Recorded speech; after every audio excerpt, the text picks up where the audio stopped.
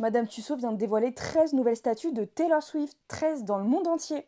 Mais du coup, je me suis demandé pourquoi on appelle ces musées Madame Tussaud. Bon, c'est une histoire un peu sanglante, rien à voir avec les répliques de stars qu'on admire aujourd'hui. Là-bas, c'était pour survivre à la Révolution française, parce que oui, Madame Tussaud est française. Marie Groholt naît en 1761 à Strasbourg. Elle grandit en Suisse parce que sa mère travaille pour un anatomiste et un sculpteur sur cire, Philippe Curtius.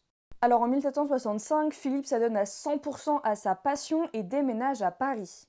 Et il est plutôt bon en sculpture sur cire puisqu'il expose ses œuvres en 1770.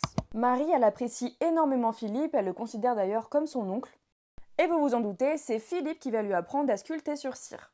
À 15 ans, elle réalise sa première œuvre, un portrait de Voltaire. Au fil des années, leurs sculptures sont un énorme succès. En 1780, Marie devient une favorite au palais de Versailles et elle va même donner des cours de sculpture sur cire à la sœur du roi Louis XVI.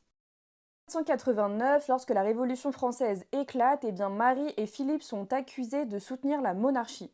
Mais alors là, Philippe, il va tout mettre en œuvre pour survivre et il va carrément adapter sa collection à la Révolution française. Et Marie, elle évite de peu la guillotine en acceptant de sculpter sur cire les portraits des personnes guillotinées. En septembre 94, Philippe meurt et il va léguer toute sa collection à Marie. Un an plus tard, elle épouse François Tussaud.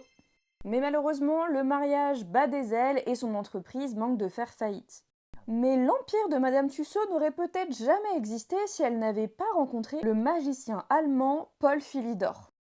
Allemand, pionnier dans l'utilisation de la lanterne magique, un dispositif qui permettait de projeter des images souvent effrayantes. Donc il va proposer à Marie un projet commun, mêlant ses projections avec ses sculptures de cire. Voilà qu'en 1802, elle part en Angleterre, sauf que la collaboration ne se passe pas très bien entre eux et elle décide de tout plaquer. Alors elle va partir seule, elle va vraiment sillonner les îles britanniques et elle va faire ses propres expositions. Et en 1822, il y a son fils François qui était resté avec son père en France qui l'a rejoint.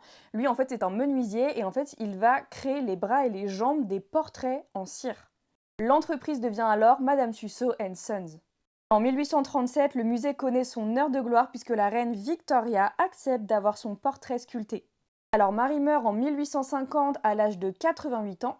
Ses descendants reprennent l'affaire. En 1884, son petit-fils installe la collection sur Marylebone à Londres. Aujourd'hui, Madame Tussaud, c'est mondialement connu, il y a plus de 25 musées dans le monde, c'est énorme. Comme à l'époque de la reine Victoria, les figures de cire continuent de capturer les foules. Bref, abonne-toi pour plus d'histoires.